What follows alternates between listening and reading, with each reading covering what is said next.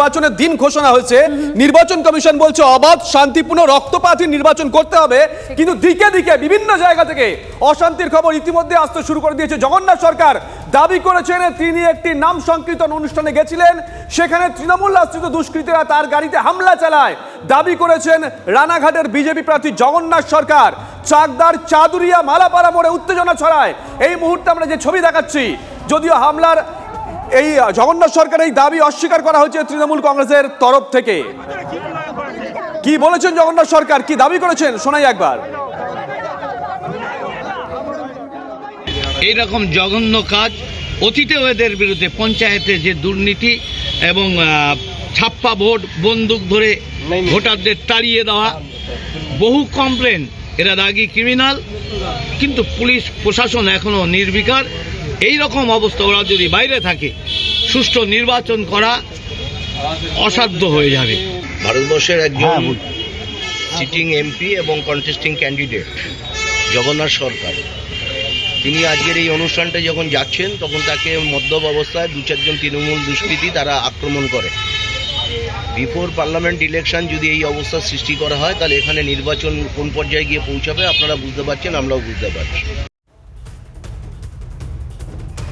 মহাদেব আমাদের সঙ্গে রয়েছেন, আমাদের সহকর্মী। মহাদেব, আমরা দাবি শুনলাম, জগন্নাথ বাবু কি দাবি করেছেন, পুলিশ কি বলছে? ওনার সঙ্গে কোনো পুলিশ ছিল না সেই সময়?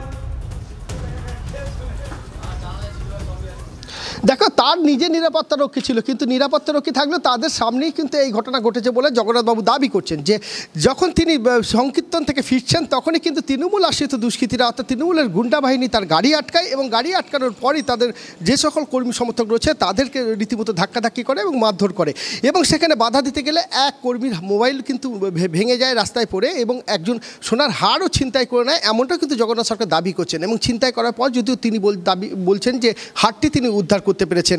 কিন্তু এই যে বিষয়টা নির্বাচনের আগে মূলত বলা যায় যে যেভাবে অশান্তি লক্ষ্য করা যাচ্ছে, এই যে একজন প্রার্থী তিনি যাচ্ছেন প্রচারে বা যেখানেই যান না কেন সেখানে তাকে ঘিরে এই ধরনের উত্তেজনা, যা রীতিমতো কিন্তু প্রভাব পড়ছে এই লোকসভা কেন্দ্রে।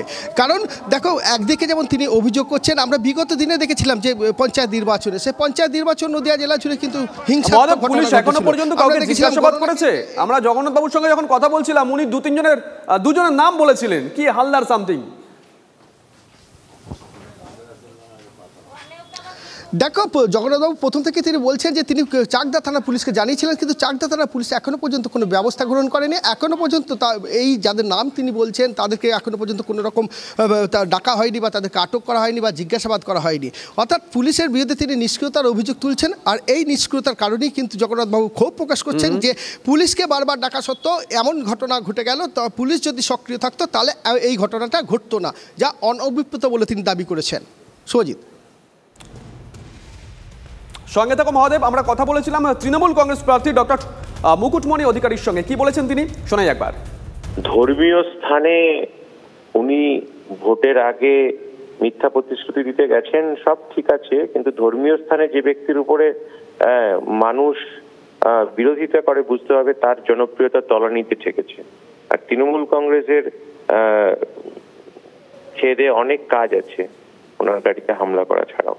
ভুটভুরি মিথ্যা অভিযোগ মানুষের সম্বন্ধে করেন, তবে ভোটের এই সেন্টিমেন্ট, ভোটের আগে এই ধরনের সেন্টিমেন্ট মানুষ গ্রহণ করবে না।